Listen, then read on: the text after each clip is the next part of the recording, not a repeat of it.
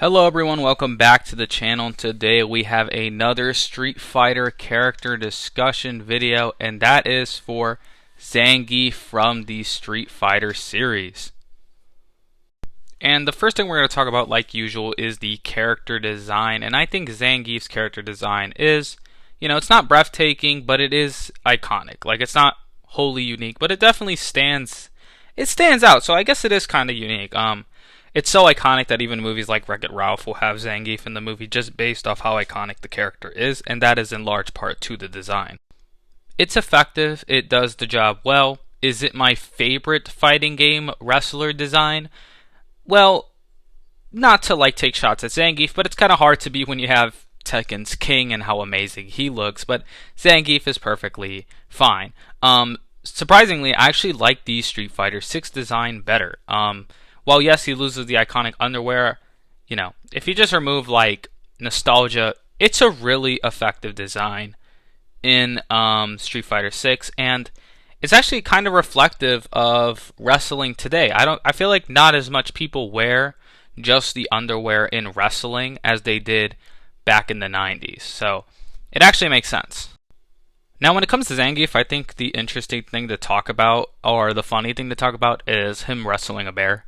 It's kind of the first thing that comes to mind when you think Zangief. The Street Fighter series seems to love pushing the idea that he wrestles bears. I guess because he's Russian. But it fits his character well. Now, even though this guy's folding bears on the regular, he can't seem to fold Ken. I want to talk about this fight. It is a fight that takes place when Ken goes back to America to try to become the American champion. He faces Zangief in a tournament. I wish there was a little more build-up to this match, but you're kind of going to learn that's Zangief in a nutshell. But Zangief actually gives Ken a pretty hard time, and this is surprising considering this is like a Ken who can fight Akuma. Not really evenly, but he can hold his own, and Zangief beats the shit out of Ken. It's not so Ken has he gets pushed by plot because Eliza's in the crowd and cheers for him, and Ken's able to get the win over Zangief. I find it interesting because maybe it's not too similar, but it kind of reminds me of Jin fighting King in the tournament, the wrestler guy, and you have kind of I guess not the main character because Ken ain't Ryu, but you know what I mean. Zangief kind of fulfills that same role to push one of the main characters, and that's kind of Zangief's role in general, because he also loses to Blanca in the main canon.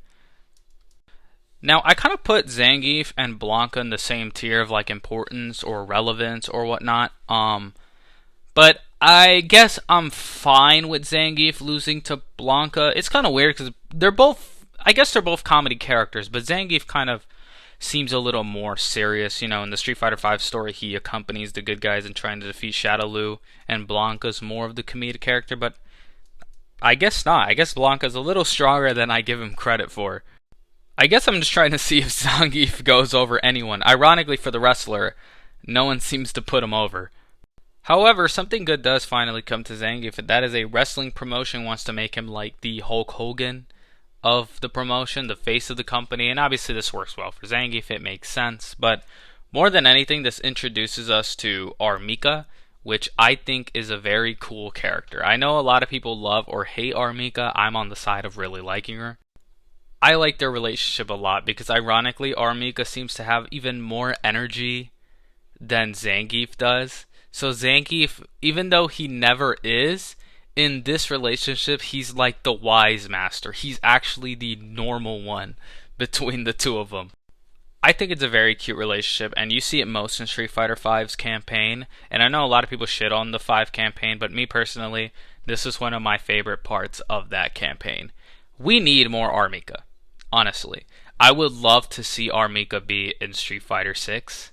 Please. But I think Capcom did a very good job of making both characters very different despite them both being wrestlers. Armika surprisingly is cutting promos, and that's really fucking cool. She has interference from I forgot her name, her ally in Street Fighter V. So Armika seems to surround everything surrounding the actual in-ring, even though she does have some cool moves in-ring as well. But Zangief is more like traditional wrestling, while Armika's today's wrestling. And I think that's really fucking cool, and they should lean into that. Speaking of Street Fighter V, we have I kind of want to talk about Zangief's battle with Balrog. This is another big fight. I think I would have loved to see this with a little more focus. Because I love both characters a lot. Boxing versus wrestling. It's two sports. It's two combat sports styles. It's really cool. This is also possibly where Zangief displays his best feat, like ever. When Balrog uses his full power to strike Zangief and he just negs it, like it does no damage at all. Um, and so that's where I kind of want to talk about muscle power. Is muscle power a real thing?